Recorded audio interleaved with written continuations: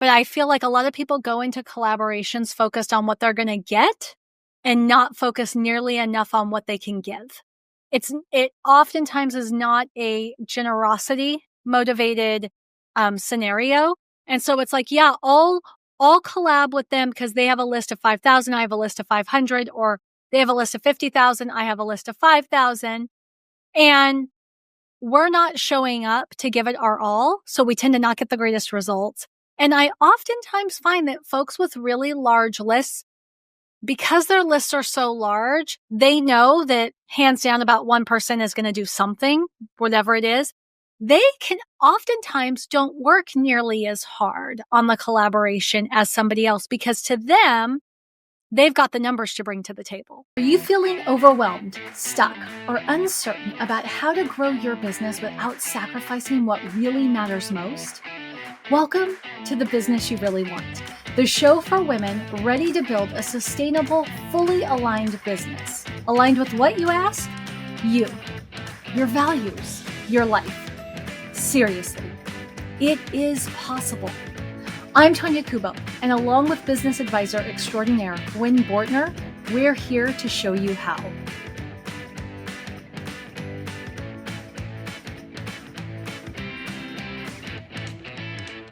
All right. This episode today is like highly relevant to this moment in time.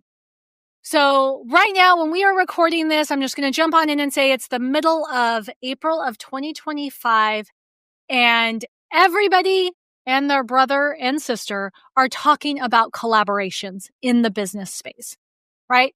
Folks are looking at how to increase visibility, how to increase leads, how to, quite honestly, how to keep their businesses going when what used to work is no longer working, and they don't know if it's temporary and they don't know if it's permanent. And what I see in the circles I run in is everybody saying, well, you need more collaboration, you need more partnerships, you need a referral network, you need this, you need that. And I love that answer. I love that answer for so many reasons, but I also hate that answer. And the reason I hate that answer is because I am an internet dinosaur. I have been around long enough to know that several times, time and time again, collaborations fail. And they fail for a lot of reasons, right? Not necessarily because a collaboration is a bad idea, but because too many people jump into collaborations without ever getting clear on what winning looks like for them individually, what winning looks like collectively. And so you end up with misaligned expectations, and it's what I would say it's stuck on start. It never quite makes it to the finish line. My name's Tonya Kubo. I am here with Gwen Bortner, and Gwen is going to share wisdom with us today. She doesn't know that, but she is. Trust me. So Gwen, here's what I want us to start off with. And can I just say thank you for being a good sport on this one? Because this is one of those where I get all up on my soapbox and you go, sure, Tonya, we can do an episode on that, I guess. But you've been in business a lot longer than I have. And you, for instance, like where I call everything a collaboration, you tend to have a finer point on some aspects of collaboration. So why don't you kick us off? Tell us what we're talking about with collaboration and what you think about it. So, I've put a finer point on most everything because that's my nature, for better or worse. Let's just be honest about that, right? Where I tended to separate the line is collaboration versus partnership. Mm-hmm. And for me, collaboration tends to be short-term, less formal. It may have money go back and forth, but not necessarily where I think of partnership as formal, documented, long-term. And then as we were kind of prepping for this, you said, well, like a joint venture partnership. And it was like, okay, so that kind of like that lands in the middle because it's short term, but it typically does have like a contract of something, a true joint venture partnership usually means that there's a referral fee, there's an agreement of what we're doing and when we're getting it and how we're getting those referral fees. And so that falls a little bit in, but it's usually not long term. It's usually not, for like years and years and years and years and years. It's usually a shorter term, event that's going on there. So, when I hear people talking collaboration, I'm generally in my mind, I am not thinking long-term permanent environments. When I'm thinking that, I'm thinking partnership.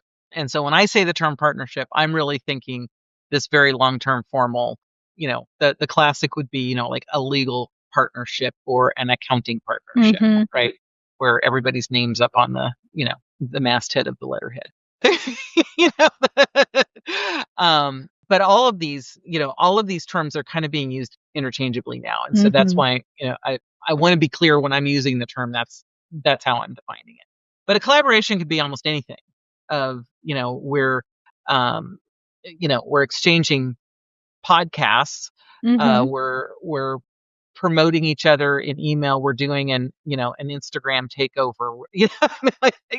Right. There's a lot of things that could be collaboration. We're co-hosting an event together, all sorts of stuff, right? Yeah, I feel like collaboration. I'm glad that you defined it how you did, because it made me think of something. And so I would not have thought about this initially, but I think most of the time when people are talking collaboration, they're really talking about some form of lead generation, that there's some mechanism of visibility and lead generation connected to it. So when we're talking about newsletter trades, right? Like, I'll feature you in my newsletter with a link to your lead magnet or your whatever. You feature me in your newsletter with a link to mine. Bundles are collaborations, similarly as such. Summits can be collaborations in that context, right? I'll interview you on my podcast if you interview me on yours. Same thing. Become a guest expert in my community. That's a little bit tricky, but it's still really focused on, you're going to come and be a guest expert in my community, and I'm probably not going to pay you because I'm giving you a trusted expert stance in my community, and the people in my community who are within your ideal client are going to then be joined into your audience in some way, whatever that is. Right. So yes, I'm actually getting support with fulfillment, but my support with fulfillment is feeding your need for marketing. And so again, that's where I would label that as a collaboration. I have lots of collabs that I do a Biz Besties show with a peer on YouTube. The only point is that, we have fun in talking about it. And sometimes my people join her community and sometimes her people join mine. It just works. With your definition though, partnership makes me think, partnerships, I think, tend to be much more connected to scaling a business using your definition. So we're going to join forces, and in joining forces, we are going to be able to provide a service, an offer to the public that neither of us could do on our own. I love that as an observation, because it's obviously not 100%, accurate, but I bet it's 85. I bet it's mostly accurate. And that at least is the impetus. It may or may not be the result, but and that's what we're talking about today. Yeah, but I bet it is the impetus for it. Yeah. Yeah, and so what I see, and I don't know, are people in your circles touting collaboration as like the next greatest thing, as if it's not a 2010 idea? Okay. Gee, yes. I mean, like, I can't get on to Facebook or LinkedIn or Instagram or any of those without seeing something about collaboration, especially at the beginning of the year. Like, that was everybody's word of the year. It was one of those, like, I felt like someone posted collaboration and was like, oh, that'll be my word too. I mean, It wasn't actually their word. It was just like someone used it and it became like, like the most popular word of the year. I can't tell you when I haven't either seen it, heard it, had people talk about it, or asking about, no. Right. Well, and it's funny. It is there. Is because people are talking about it. And like, I have people who are like, oh, I host these collaborative events and, I specialize in building collaborations. And I hear it right now framed as, this is the most reliable way to build and grow your business without being dependent on social media. Because of course, I'm a marketing professional. I do specialize in digital marketing, specifically community-based marketing. So it's a lot of social media stuff. So everybody's like, oh, if you want to build off of social media, it's all about collaborations. And of course, I'm going, yes. And it was all about collaborations before social media existed. This is not a new idea, right? Because before we had social media, we had to find a way to build our businesses. Right. It's so funny that you say that because, of course, this is reaching into the, I am a dinosaur space. Same. And I'm the T-Rex. You can be the Velociraptor, okay? Yeah. We've been around this many, many times.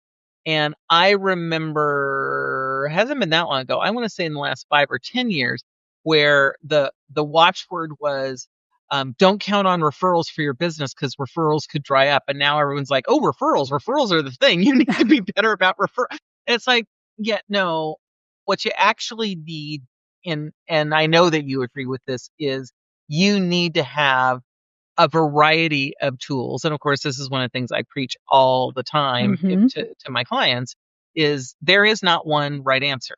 There are multiple right answers. And whenever possible, you need to be using multiple things. Don't do 16 things and do them all poorly. I'm not saying that. Do 2 or 3 things, but don't do 2 or 3 of the exact same things. Right. Do 2 or 3 of slightly different things so that when one falls out of favor for whatever reason, you aren't just like, I can no longer function. Right. Exactly. And so we've talked about kind of collaborations are getting there. I don't know, is this their second or third or fourth or probably sixth golden age right now? Right. And I do think it comes right now. They're very attractive because yes, they're not dependent on third-party platforms. Also, I think people care much more deeply about all of the person that they do business with, right? Like, it's not enough to just be like, oh, that Gwen knows her stuff. Oh, that Gwen has a large audience, which is what we used to make our decisions based on, right? It's also that Gwen has the same values as me. Therefore, her clients likely have the same values as my clients. Therefore, we're probably a good fit. Right. Where, when you're building your business, whether it's social media or even if you're doing summits or bundles, these much larger, like traffic-based events, you actually don't know how much philosophical and values alignment you have between you and the people who are coming in. Right. So collaborations feel good because there's probably going to be just a better fit from the beginning to the end, which also means you're going to have a higher conversion rate if you have a more personal collaboration referral network. Now, I think that's one thing that's making it popular. Were you going to add something, Gwen? I was going to say, I think the other thing that makes it popular is there's been enough isolation in our businesses where we've just been, heads down, either working in or on, and I don't care which, but both still very heads downy sort of an answer, where it's like, I actually want to be having a conversation and to be thinking about this more broadly, right, with somebody else. And when you find someone that stays in their lane and you're in your lane, but they're adjacent lanes, and back to similar values, similar client base, all of a sudden it's like, ooh, this is something that we can talk about and have relationship and have, so I think there's also a personal satisfaction in doing the collaboration as well. Yeah, I would agree. Now, I want to talk, so I'm a little torn at how to go next, so I'm going to share my indecision. And Gwen, you can direct us. It's like choose your own adventure. Only listener, sorry, you don't get a vote right now. I know there's somebody listening who's like, been there, done that, got the t-shirt, it was horrible, right? And so I want to address what makes collaborations not work so that we can talk about what makes them work. Yep. But there's kind of a couple of ways we can go about this. We can talk about, like, in very general terms, why they fall apart, and then talk about, kind of the opposite is what makes them successful. Or we could talk about some specific scenarios of collaborations that our listeners are more likely to encounter, and then sort of tease out what makes those individual scenarios work. What do you think makes the most sense, Gwen? I think the latter is a better choice. And you're probably going to have to come up with more of the examples, but I'm going to start with one. Yay!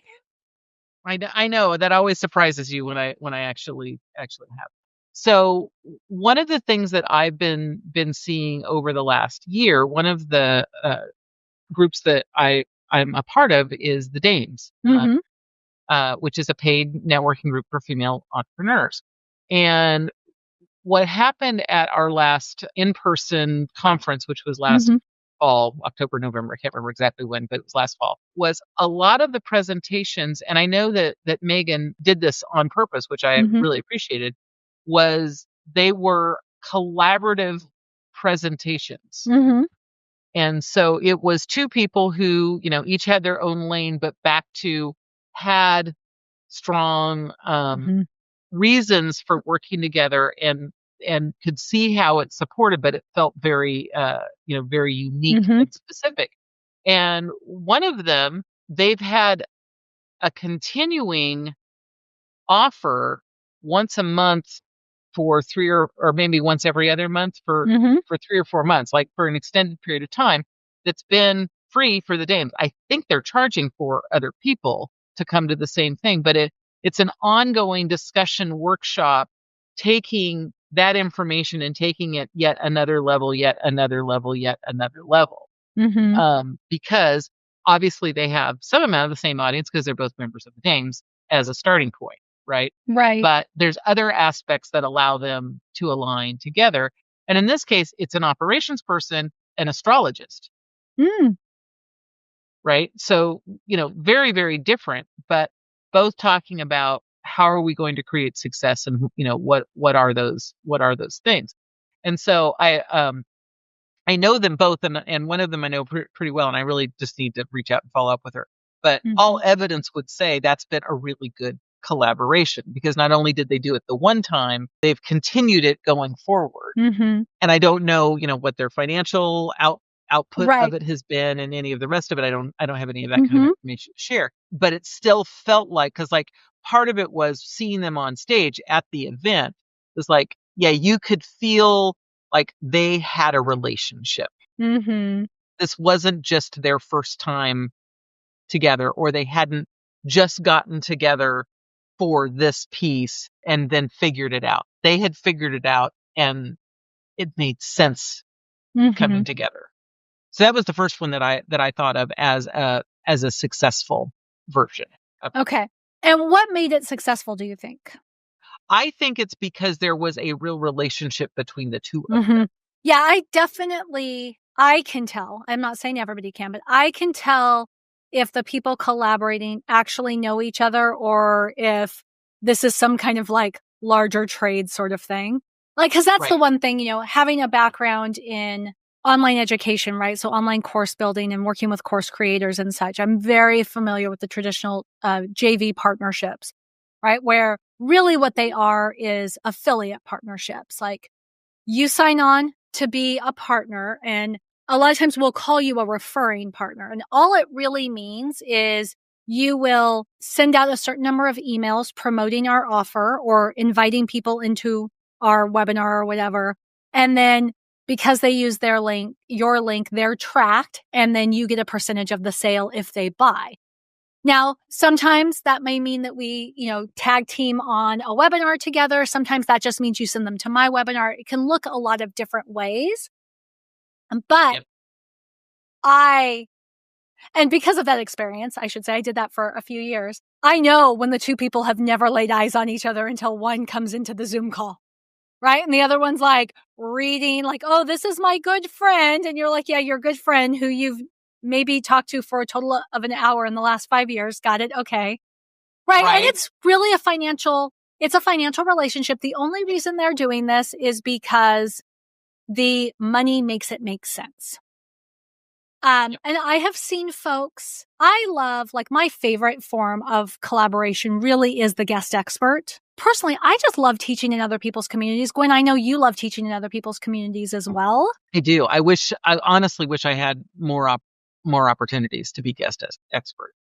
Yeah, because because to me, it's like, okay, I come in, I help your people. Like, for me, it's not even whether they come over to my audience or not. It's just irrelevant, right? It's just like, I'm building a bigger pie. If one thing I say makes an impact on you and your business, then it makes an impact on everybody you touch, and that makes me happy. So there's the personal fulfillment piece, which is what I like about being the guest expert. The other thing I like about being a guest expert is it's a much more personal experience between you and the people. Like, I mean, I have a good business friend. She will come and teach in anybody's community for free if you can promise her 100 attendees. Because for her, it only makes sense if there's 100 people in the room. She knows if 100 people are in the room, 10 people are going to buy her thing. I love that. I'm not scared of large groups. But I'm not going to get to know anybody very well in a room of 100. Right. But bring me into your membership where only 20 people show up to your Zoom call and let's talk. Heck, 5 people in your Zoom call. And I know you've done this too, and you love it for the same reason, Gwen, because you're a context matters person. Right. In a room of 5 or 10 or 20, you can get much more down to the heart of the issue. Right. Yeah, I can deal with very specifics when I'm dealing with that few of people. Yeah, for sure. Right. And so ultimately what I think so let's talk about what makes these types of collaborations successful. I'm intentionally, just so you know, I'm intentionally not talking about summits and not talking about bundles because they're so nameless, faceless. The only thing that makes them successful in anybody's eyes is the number of email addresses they collect at the end. Right. Or the number of sales they get as a result. It's not the long-term relationship that I think most of us want when we talk about collaborating. But I think the first thing you have to do is you have to come in with really clear expectations. And I think you have to be willing to voice those expectations. Because oftentimes the other person's not going to do it for you. Yeah, for sure. And part of the expectations not only is what is the outcome, but is what is the energy effort that I'm supposed to put in as part of it. And we're talking about, giving some examples. I know that we've experienced an example where deliverables weren't being delivered at the time frame that we were expecting them to be delivered. Yep. And so everything ended up having to be pushed back, which ultimately was okay. But my calendar gets pretty full pretty quickly because that's the kind of calendar that I actually like to have. And so when it doesn't go at the time, it's like, well, that was a slot. It's what we talk about all the time, that when you say yes to something, you're saying, you're no saying to no other to things. else. Yeah. You don't know what it is, right? I don't know what else I was saying no to during that same that same slot of time.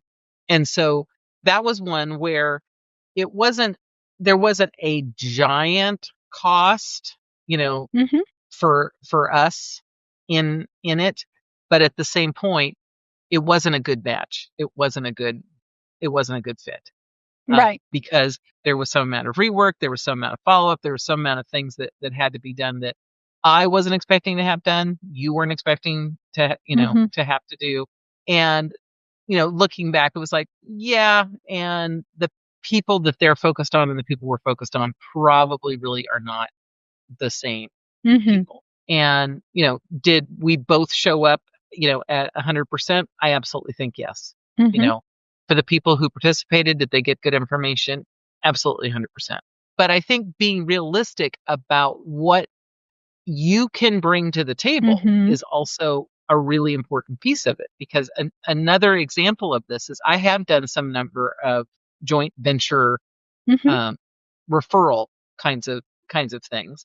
And honestly, it is the biggest waste of my time ever because I don't have a giant list. And I don't have a giant list that is highly active and responsive, where if I say, I've used this and I think it's good, that people go, oh my God, well then I want it too. That is not who my people are. And part of it is because I train them to not be that way. Well, I was going to say, so let me just step in here because people are going to be like, what do you mean it's not a responsive list? So you have a small email list, but if you ask those folks a question, half of them will respond and answer. But because you're the first person to be like, don't buy that, you don't need that, they are not the type of people that buy everything an email tells them to buy. Like you said, because you train them to be. And it also means that when you email them, buy this thing, buy this thing, buy this thing, like you have to be really careful. This is something you and I talk a lot about. It's like, Some people can be pushing something to their audience every single day because that's just part of how they do business and it works well. But for you, because that is not how you have historically done business, it would feel really weird to have you doing a traditional 10 sales email sequence promoting somebody else's stuff. Yeah. And so I've done it a couple times. I will only do it when it's something that I truly have used, understand, know, can talk about with all of my own copy, not all of their copy. Right. Because I actually have thoughts and comments about it. And I think once or twice I've sold one thing, which was fine because I still thought it was a good thing. It was, it was all of those things. But I also know that's not a type of collaboration that makes sense. Now, if I was someone who had a big list, that may be the type of collaboration that really would make sense. But those types of collaborations are also designed for people with bigger lists. Right. Yeah. And so let's talk about that because I think that's the first thing I want to say. So if you're thinking about collaborating, right, you want to get outside of your bubble. That's what I call it. Like, I need to get out of my bubble. What should you be looking for? So I'm going to say, like, the first thing you want to look for is who makes sense to collaborate. So to Gwen's point, who are the business owners who serve your same client, but in a different way? So like in my case, as somebody who does marketing, I am great collaborating with operations folks. I'm great collaborating with software as a service folks. I'm great collaborating with sales folks. For you, Gwen, because you do operations, like I've seen you do some great collaborations with people in the finance sector. Like it's much more of a referral based thing, but you would be a great team teacher with somebody who's a CFO or somebody who is like a finance person. You're also a great team teacher with somebody who does the tactical side of operations. Like they're the people who build out the SOPs or they're like a systems and processes expert. And you also work really well with folks who are in the marketing and sales side. I think that's part of why we work so well together, right? It's two sides of a coin. But that's too often, that is where people stop. They stop at that. Like, they're really good at checking that. But then the next level, I think, is you have to look at values. Because it's first, like, do we serve the same people in different ways so that we're not poaching on each other? Because the last thing we should do is put our community that we have worked so hard to build in the uncomfortable position of deciding whether to hire me or you, right? Right. It should be a no-brainer. If I have this problem, I hire this person. If I have this problem, I hire this person. Right. So then second's the values, because back to what I said earlier about the importance of values alignment, and we tend to attract people with similar values. Third, I think, is list size or community size. And I will add, it's not just size, it's also level of engagement. Yeah, that's an interesting one that I think a lot of people don't think about, and what they and I think they often do think about it, but they think about it incorrectly. Give your thoughts and then I'll say more. Yeah, I've got a tiny list, so I want to partner with someone who has a big list so that I can have a big list. Well, there's a couple of problems with that from my perspective, and things that you and I have talked about offline. Of course, part of this whole thing is let's start taking our private conversations out into the public, right? Is that first, probably the reason I don't have a giant list is because the type of offer I have is not a big list based offer. Right. Right. So it's not a thing that is designed to sell to people who are, that are on parts of big lists. So that's one of the issues. And the other issue is I'm probably not used to communicating to big list people the way that the big list person does. And so it seems like a good idea because it's like, oh, I'm going to get all of those people. But reality is, even if you do get quite a few of them, probably quite a few of them will drop really fast. If you do get them. And yeah, you may grab the one or two people who are like, oh no, this is actually what I want. I don't want to be on a big list. I want to be on a small list. I want, but that's also pretty rare because it's a big list. Most people know that they're part of a big list. And so they're not paying that same level of attention. Because like you said, although my list is small and they're not responsive to just like buying anything I say because I've trained them not to, our open rates and our response rates are amazingly high for the size of it. And people who really have like no reason to be on the list continue to stay on the list because it's such a dedicated list. And send the sweetest emails complimenting the newsletter. I love that about them. They're so, so kind. So I'm glad you brought up. That's my thought about big list versus small. Yeah, well, I'm glad you brought that up because what I see happen, and I really hope that this new golden age of collaboration makes it less true. But I feel like a lot of people go into collaborations focused on what they're going to get and not focus nearly enough on what they can give. It oftentimes is not a generosity motivated scenario. And so it's like, yeah, I'll collab with them because they have a list of 5,000. I have a list of 500, or they have a list of 50,000. I have a list of 5,000. And we're not showing up to give it our all. So we tend to not get the greatest results. And I oftentimes find that folks with really large lists, because their lists are so large, they know that hands down about one person is going to do something, whatever it is. They can oftentimes don't work nearly as hard on the collaboration as somebody else because to them, they've got the numbers to bring to the table. So if they're bringing the numbers, they're going to expect you to bring the sweat equity. And so I say all that to not say that it's bad or good, but to just say, aside from, we've given you the evaluation, evaluate first on do you serve the same client in different ways, evaluate next on values, evaluate third on are you punching at your weight class or are you above or below? Also, you can then take that information and set very clear expectations moving on. This is what winning looks like for me. This is what tell me what winning looks like for you. Okay, in an ideal situation, what do you want to happen here? And then do you see eye to eye on that situation?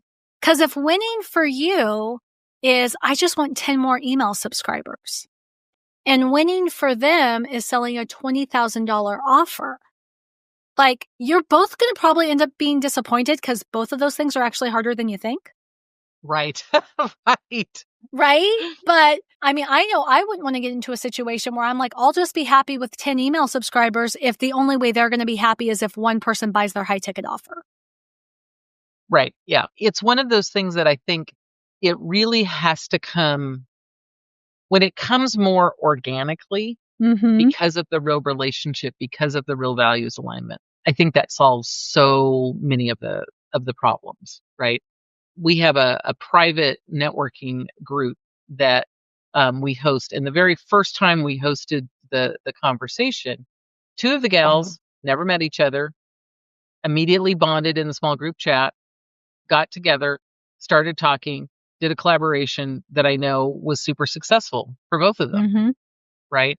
But I know that was super successful because they actually both really liked one another. And so it was that, it was the relationship values alignment piece that was the basis of it. My guess is their list sizes are probably similar-ish, which, works from that. And obviously they came up with a way that it made sense for them to work together. Right. So. Yeah. Well, I think in that case, they actually liked working together so much they ended up creating a joint offer. But they didn't start with the joint offer, right? I think they just did a couple of events, like kind of guest expert stuff, and then that grew into a joint offer, which is the other thing. Don't put the cart before the horse. Right. Right? Like, try it out. Just like we would advocate if you were going to hire somebody, hire them for a project before going into a long-term retainer relationship. Right. If you're thinking about partnering with somebody, start with something small, guest expert in each other's communities, or, partner on a workshop, and then see how that works out. And if there's alignment, then consider something bigger. Okay. I am going to share what I think is the most crucial element that you should cover in creating a formal agreement for a collaboration that most people skip. But first, Gwen, you have to guess what you think the most crucial element is. I would say the most crucial element are the expectations. Who's Okay. doing what when? Who's doing what when? Who's doing what when? Who has authority, responsibility? Like we could talk for hours on. You both can't have the same responsibility because then no one has the responsibility. So it's like, oh, and we'll both do X. It's like, no. Mm-hmm. Someone's doing X and someone else is doing Y. Don't put both names on it, which includes deadlines and all of those things. That's what I would say. But now I'm totally curious because I'm sure it's not what you would say. So yeah, no, that's not what I would say, but that's a good one. All right. You guys ready for this? Plan your breakup. That to me. You're right. No, that's 100% correct. That is 100% correct. This is the problem. Like, okay, I went into my marriage with a whole lot of nothing, so I don't have a prenup of any sort. But this is the business equivalent of a prenup. It really is. Sit down, have the conversation about what winning looks like, clarify the expectations, assign who does what, but plan your breakup. Because if you plan your breakup in advance, then you have automatically reduced the chances of it being awkward and ugly at the end, no matter what happens. Yeah. So even if it's a short-term project, I think, and this is something we did a partnership with you at one point, and it was like the other person handled all the tech side, which meant they got all the email addresses and we didn't. And so part of the agreement was that within so many days of the event, they would get us that list. And so we would get the email addresses too. We didn't have to worry about setting up all that tech stuff and the registration, and they did all that. But we already had an agreement as to how the email addresses were being divvied up, when those were coming through. And then it was just a matter of, after the fact, me having to remember to say, hey, it's been 10 days and we haven't received this list yet. Do you mind getting that over to us? What's the best way for us to get that? And super important for short-term collaborations where you're absolutely positive that you're going to break up. Mm-hmm. Right. But all the more important for long-term collaborations where you don't think you're going to break up. Right. Yes. What I would call partnerships. Right. Right. Because when it's well defined, then you just do the thing. Right. Whatever the thing is. Right. And it could be a multi-step thing, and it's not always a simple thing, particularly if you're talking about a really formal business partnership. But where you're able to say, okay, so first I do X and tell you this, and then these are the two options, and you can either do A or B. And if you do A, then we do this, and if you do B, then you do that. And we go on down the list, and it just becomes a series of steps. And the clearer that you can be ahead of time, the easier it is. Right. And part of it also is knowing, how do you break up if it's an amicable breakup or a non-amicable breakup? Right. Well, and so I'm going to use just an easy example here, which is podcasting, like joint podcasting, because I've seen this play out a few ways, which influenced how we entered into this. I have fallen in love with podcasts that had two hosts who had a falling out. And then there was the uncomfortable situation where one host had to buy the other host out because the other host wasn't leaving. I actually have a mentor of mine who started a podcast with somebody else, and they did just what we're talking about. They went in, they had a written agreement. They actually deposit a certain amount of money in the podcast account, and that's where the podcast operating expenses come out of. And they had an exit strategy. If one person wants out, what does that look like? Where does the name go? Who has the rights to the name, the URL, all of that stuff. And then when we entered into this, because I had those experiences, we knew when we entered into this show that this was your show. 100% your show. You've carried the entire financial burden. I always say I'm here to look cute, but really, I have some sweat equity in the gig. But we knew exactly, we have a plan for what happens if I get sick and I can't be here. Okay, at what point do we just put off recording versus bring in a guest host so that you have another co-host, versus when do you decide that you're just going to do solo episodes? Right. But we had to think all of that in, right? Or do we end it, right? That's right. Or do we end it? Or do I become the interviewer and we bring in, guests for a period of time? Yeah, there's multiple options, but the easy answer always is it's associated with everyday effectiveness and Gwen Bortner. Right. Because then it's always cleaner. It's clean. Yeah, it's absolutely clean. All right, Gwen, I know the conversation kind of went all over the place, but I hope if you're listening still, what you've come away with is, first of all, try before you buy. There is my catchy little statement there, is if you're looking at collaborating, if that's something you want to do, try short-term collaborations before you enter into anything that's long-term. Get really clear on what winning looks like. Make sure that there is alignment, both in target audience, as well as values, as well as general audience size, or let's say audience commitment, right? Because Gwen can have a list of 50,000 with only 5 committed people, and I can have a list of 500 with only 5 committed people. And then once you're there, you get clear on your expectations and go ahead and craft that breakup contract. You're writing things down anyway. What's one more thing to write down? Craft the breakup contract, and then you can go into the collaboration feeling good and not having to worry about some worst case scenario because you've already planned for it. Yep, absolutely. Now, Gwen, anything else you want to add? I think, it's back to keep in mind of how long is it? What level of effort deserves what level of effort, right? What level of result and effort match up? And don't assume that just because you're getting along now, you're always going to get along, because there will be differences. There will be communication issues. There will be all sorts of things that will pop up. But if you start by saying, we're going to keep open on the communication, 99% of the time, the communication will take care of themselves. Exactly. All right. Well, that brings us to the end of today's episode. And I'm just going to leave you with this thought. It is better to have fewer, deeper collaborative relationships than a bunch of surface level ones. It will go further faster. And when you find the right collaborators, the right partners, make sure that you structure that relationship thoughtfully. It'll help you create a foundation for sustainable growth that can weather any economic climate, not just the latest internet apocalypse. And if you're looking for support in your business, maybe you're not sure if collaboration makes sense for you. Maybe you think it does, but you don't know how to go about it. Or you're just looking at what is the right next step for me in my business. I would encourage you to head over to everydayeffectiveness.com, click on the contact tab, and book a call with Gwen. Have a chat with her. If she doesn't have the answer, she can totally connect you with somebody who does. We'll see you next time. Thanks for tuning in to The Business You Really Want with Gwen Bortner. I'm Tonya Kubo, reminding you that sustainable success is within reach. Make sure to subscribe to the show and visit thebusinessyoureallyWant.com for more resources. Until next time, keep dreaming big and acting with intention.